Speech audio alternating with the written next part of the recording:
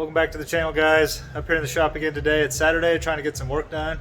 It is brutally cold here in Missouri. I've had my heater running all night and that's the best I can do, 50 degrees.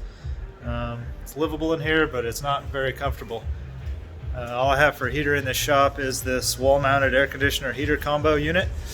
It actually does really good year-round until the temperature gets extreme cold, and that thing's pumping out a lot of heat, and it's been running for about 48 hours straight. My heating bill is outrageous in the shop right now, but it hasn't got this cold here in Missouri in the winter in about 2 years. So last year this wasn't even a problem. This is the first year in 2 years it's been this cold and I've had to run so much heat. Anyway, back to the project here. This is where I left off. I've got this lower pipe built all the way up here. It's tack welded. It's not fully welded, but at least it's there for now. And then I'm starting to mock up this pipe right here. It's looking like I'm going to need a 45 right here, so I just need to cut a little chunk of a 45 out of that bend over there on the saw, and then I'm going to figure out how to connect from here to here. I'm still waiting on my 4-inch to 3-inch coupler to get here. Might be here tomorrow. It got sent to the wrong place apparently.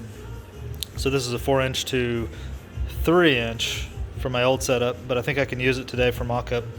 So anyway, that's the project for today, is to try to get this piece here hopefully fully cut and tacked together, and then I would like to finish weld this whole piece right here if at all possible. I don't know how far I'll get today.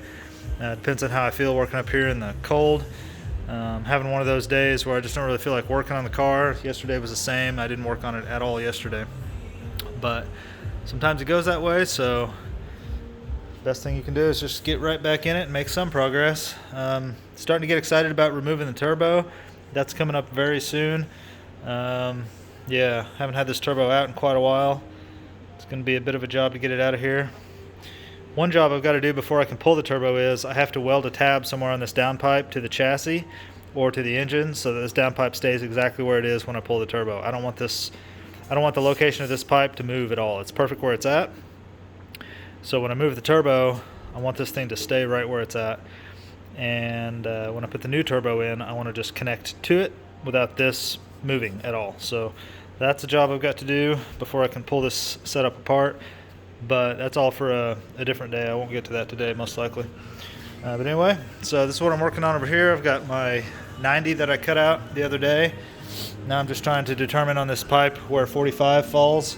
And what I would usually do with my little tool that I built here is I would just line this up with a blade like that. I would line my round piece up like that, and then normally, like I said in the previous video, this right here is built for a different centerline radius pipe. So normally the pipe that this was built for would fit this curve real nice and tight, and then I would just make a Sharpie mark right there where it says 45, and then I would know that right there is 45, and I would just rotate that mark around until that mark lined up with the blade and lined up with this line here, and I would just push it through and I'd have a perfect 45. This pipe here is such a big radius, it doesn't fit my tool very well, so I'm gonna have to do a little bit of freestyling to make this happen, but it's gonna work out just fine. Okay, so like I said, I've got the tube lined up with the blade here, and I've got this edge lined up with the center of my tool, and so I'm just gonna make a mark here on the 45 right there. So that at least locates for me the inside of this bend right where 45 is from here. So now I know I've got a perfect 45 from here to that Sharpie mark. Now it's just a matter of getting it lined up with the blade. So now I've got the Sharpie mark lined up with the center line of my tool right here. But the issue is it can still wiggle anywhere I want and still be lined up, and that'll totally mess up the angles. So I think the only thing I can really do here is keep it lined up down here best as I can, like right there, and then try to make this gap between here and here as even on both sides as I possibly can. Worked out pretty good, I think. It's a good cut. I'm happy with that. Okay, so the cut worked out pretty good. Basically it's going to look like this, but I do need to add some pieces on the ends here. I need to add about 2 inches here with the bead roll on the end of it, and then I need to add 3.5 inches on the bottom with the bead roll on the end of it to raise that into the pipe up. And then the last move will be just to connect these two pipes right here, and then this piece will be done.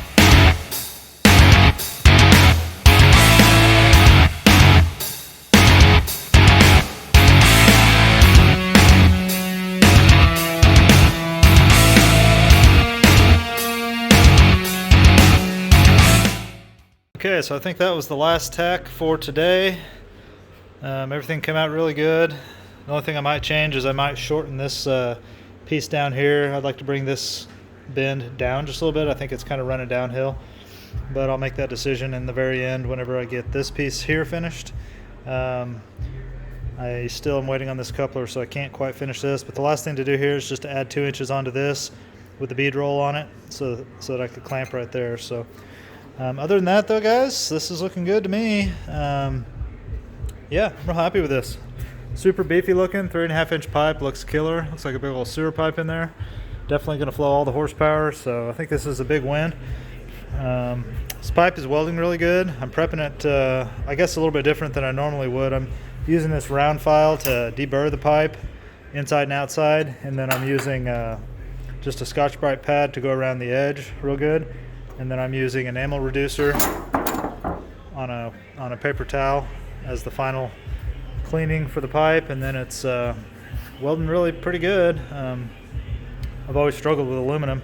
I've always found aluminum to be way harder than steel. It's just kind of finicky, and I don't know. But I think I've got a good process now for that, so really happy about that. I'm not saying my beads are going to look great, but I think I'm going to be able to get them without blowing any holes, and of course everything's going to be strong and sealed. That's not a question, but my beads aren't going to look like super nice stacks of dimes or anything. I'm not there yet as far as my welding skill goes, but that's okay, no big deal. I'm happy to be able to build this stuff myself and do this at home in my shop here. It won't look exactly professional, but it'll function well, and I'll always be able to say that I did it, and that's really important to me. So that's going to be it today for the video, I think. I know this is going to be a really short video, but with the weather the way it is and how cold it is in here in the shop, I'm not sure I want to just spend all day doing this. It's about lunchtime, so I'm going to go grab something to eat, and then if I feel like doing any more today, I will make some more video, maybe tack it onto this or stitch it into the middle or something. Otherwise, if not, guys, thanks for watching. I appreciate it. Project's coming along good. Thanks for watching and staying with me here. Give me a sub if you want to follow along with the thing as it comes together. Give me a thumbs up, and if you got any questions, ask me down below. Otherwise, guys, I will see you on the next one.